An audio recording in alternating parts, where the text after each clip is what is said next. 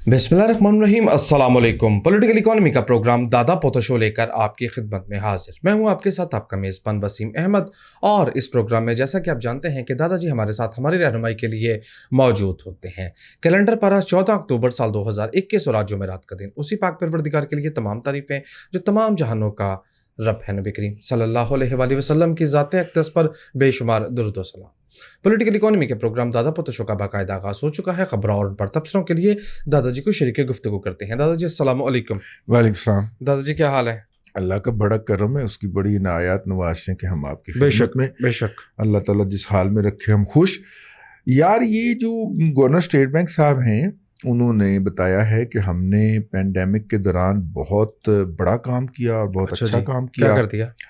और वो जो है वो आपको इकॉनमी को हैंडल करने के लिए रवायती तरीक़ों से निकलना होता है, यानी कि 1200 अरब रुपए का हिसाब ना मंगो साढ़े को। लेकिन मुस्बत खबर है, 25 लाख रुपए फी पेशेंट। हाँ, 1200 अरब रुपए का हिसाब ना मंगो साढ़े को कि वो हमने कहाँ पे लगाया, क्यों लगाया, कैसे लगाया, गाड़ियाँ खरीदी और बल्कि टिशू के डब्बे तक उसमें खरीद के लाया। तो मेरा मतलब है कि उसका हिसाब ना मांगे आप।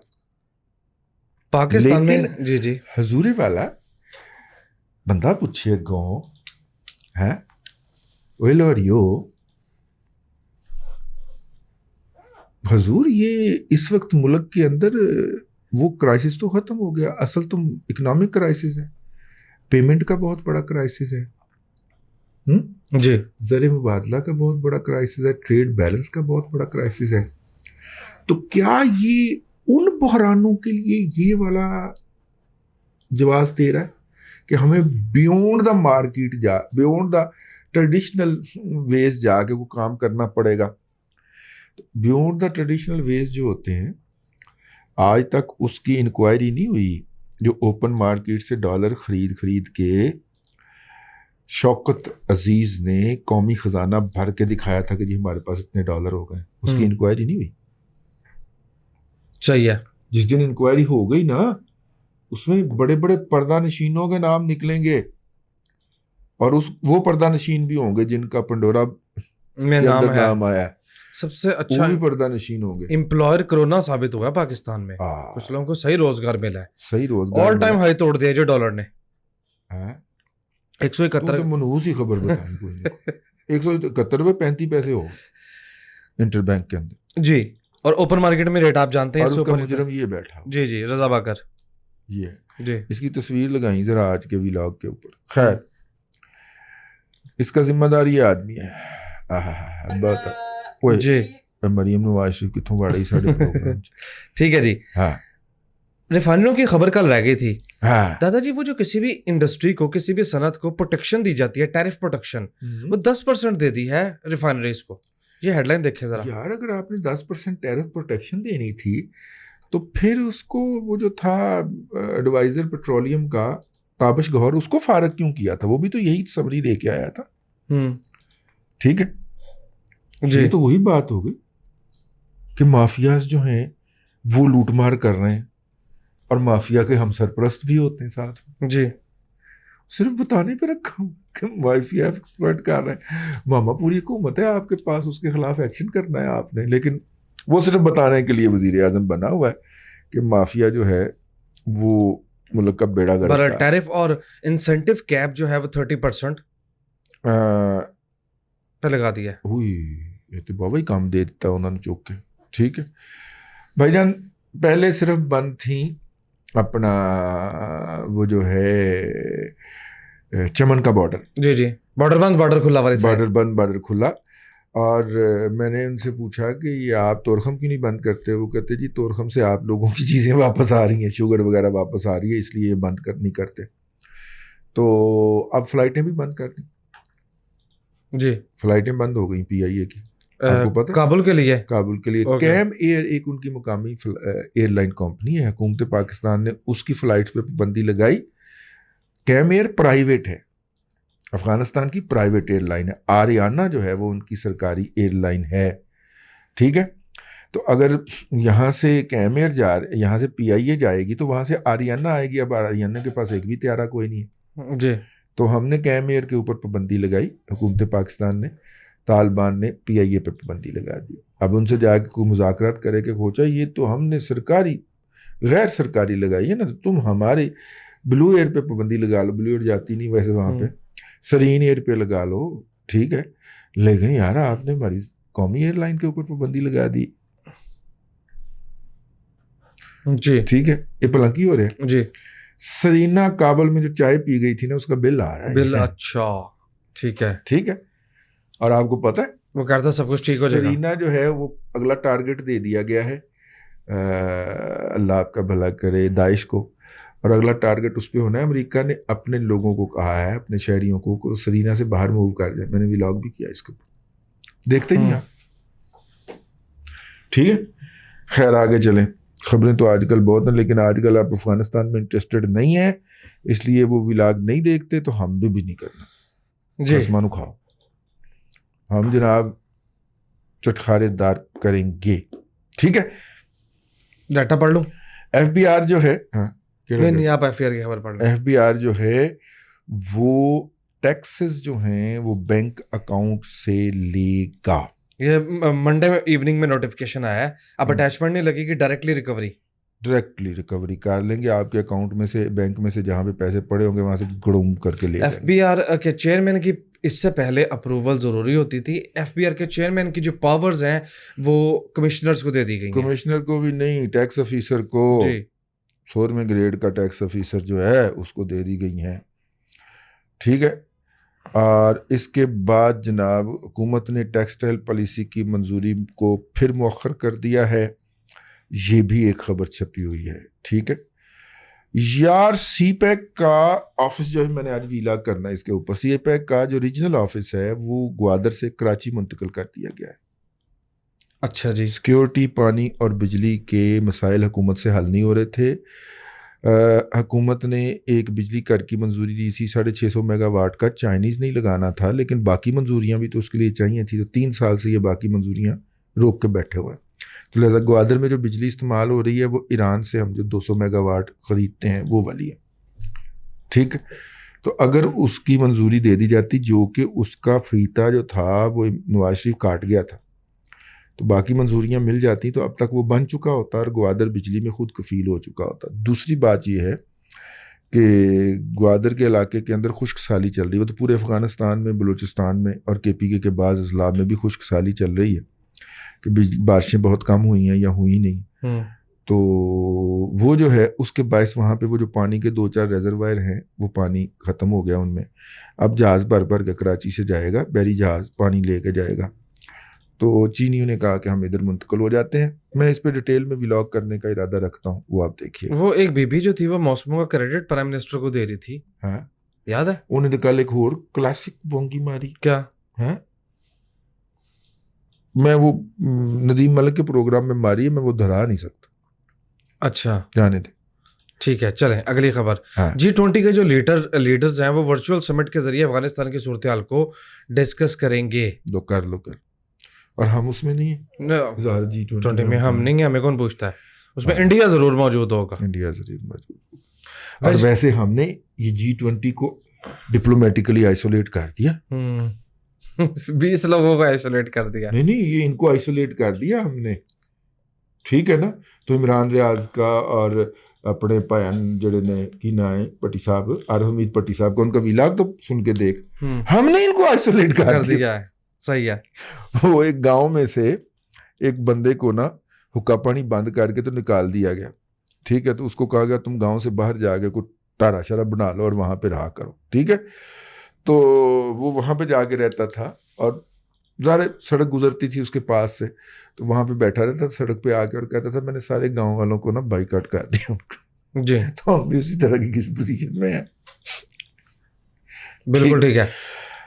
इंटरनेट की जो केबल है ज़ेरे समुंदर, उसको मेरा ख्याल है कोई मछली जो है ना चक वट गई। नहीं, वो बेसिकली ये होता है कि ये जहाज जो लंगर अंदाज होते हैं ना, तो वो अपना वो जो एंकर डालते हैं नीचे, वजन वाला, वो उसका आगे से बड़ा वो नोक बनी होती है, वो जिस दिन लग जाए उस तार के ऊपर, वो तार गई। इंटरनेट स्लो चल रहा है पाकिस्तान में। इंटरनेट बहुत खौफनाक हद तक स्लो है। चले पान ईमेल तो चेक हो जाती है, हमने थोड़ा बहुत सोशल मीडिया देखना होता है, वो भी चल रहा है।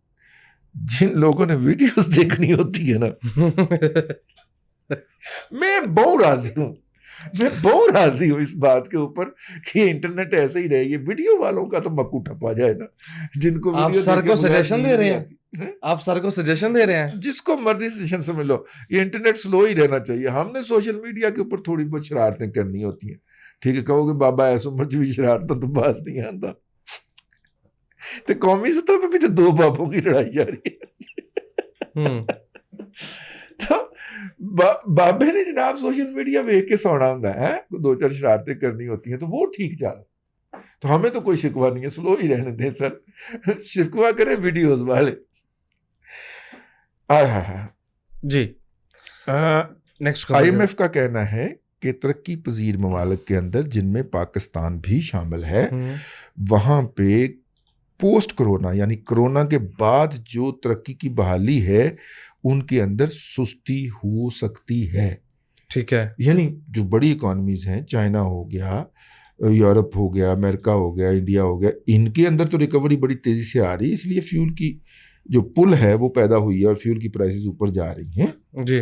लेकिन ये जो छोटे मोटे ममालिक हैं, हम जैसे हो गए 22 करोड़ 23-25 करोड़ का मुल्क है हम, लेकिन इकॉनमी तो हम दुनिया की 36वीं है। इकॉनमी 36वीं बड़ी इकॉनमी, 36वीं इकॉनमी है ना।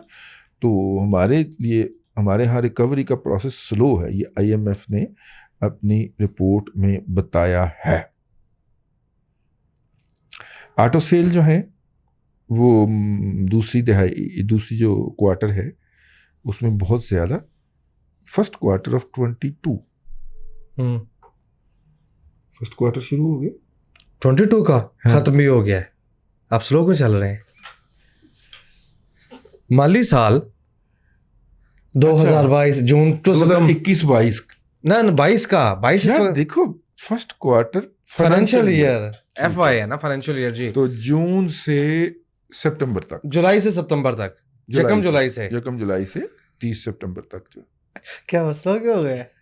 दिमाग ही घूम गए, खत्म हो गई पहली छमाही। हाँ। दादाजी कंपनी ने रिजल्ट अनाउंस कर दिए, डिविडेंड आने लगे हैं। सानू आएगा तो सानू पता लगेगा ना कि पहले यार कोई शेयर थे ना यार जो इस मौके के ऊपर हम जो है वो गिरी हुई मार्केट में उठा सकें। किस मकसद के लिए लेना है? मकसद बताएं। डिविडेंड, ई फर्टिलाइजर और वो कैपिटल गेन। फिर भी ई फर्टिलाइजर डिविडेंड के लिए ज्यादा बेहतर है। डिविडेंड की यार ये अपने किसी लोएस्ट एंड पे नहीं आया हुआ कोई शेयर? ये नहीं आता कौन? ई फर्टिलाइजर नहीं, मैं कोई होर कोई किसी लोअर पे साइड पे आया, वहां पे उसको चेक लिए जाए, नाले पैसे खाते जाए, नाले टक ऊपर। प्रोग्राम के बाद ना बता दूं आपको यार, लोगों का भी भला कर दिया कर कभी कभी ना, मेरा मतलब है। MCB बहुत अच्छे लेवल पे है, 1 साल के लो पे है। और जो है जी, वो सूद वगैरह के ऊपर यकीन नहीं रखते कि जनाब सब कुछ जायज है तो वो तो खरीद लें। जो मेरे जैसे कंजर्वेटिव हैं वो ई फर्टिलाइजर ठीक हो, बहुत अच्छा है। दोनों पार्टियों को मैंने राजी कहा थी। उसका जो डिविडेंड है ना वो बहुत, और ये नसीहत अगले 24 घंटे तक वैलिड है जी। उसके बाद फिर नहीं, क्योंकि एक डायनामिक प्लेटफॉर्म वो 8वें दिन आ जाएगा। दादाजी वो आपने बात की थी वो मैं ई फर्टिलाइजर खरीद लूं कि ना खरीद लूं, बाबा तो मैंने माफी। पता लगे वो 9 रुपए ऊपर है उस वक्त। हाँ, इस वक्त लम्हा मौजूद में हम जो बात कर रहे हैं, मार्केट जो है वो मतलब के तकरीबन बंद ही हो गई होगी जब ये प्रोग्राम आप तक पहुंचेगा। तो ये हमारी जो जुमे के लिए वैलिड है, एडवाइस है ना, ये सिर्फ जुमे के दिन के लिए वैलिड है। उसके बाद सलाम अलैकुम, पीर को नई बात होगी। डायनामिक प्लेटफॉर्म है ना, अभी कुछ है, अभी कुछ है, अभी कुछ है, ठीक है ना। मैंने उस बंदे को रख के ब्लॉक मारना है अगर किसी ने अगले मंडे को मेरे से इस बारे में पूछा तो जी, रख के चटाख करके ब्लॉक मारना, ठीक है। आओ लो जी आगे चलो। दादाजी खबर का मतलब बताइए। वर्ल्ड बैंक कूद पड़ा। हाँ, estimates external debt stocks eight 108.53 billion $। किसका? पाकिस्तान का। नहीं, हम तो 122 का लेवल क्रॉस कर चुके हैं। अच्छा जी, ये क्या कह रहे? कहते जी वर्ल्ड बैंक ने अंदाजा लगाया है कि पाकिस्तान का टोटल बैरूनी कर्जा जो है वो 108 अरब 53 करोड़ डॉलर होगा 2020 के आखिर। कब की खबर निकाल ली यार? दादाजी ताजा तरीन खबर है, 2020 के आखिर तक। माली साल की बात हो रही है ना। जून क्लोजिंग की बात हो रही है। 2021-20 होगा ना फिर, 2020 के आखिर तक मेरे ख्याल ये कैलेंडर ईयर है, ठीक है। ठीक है।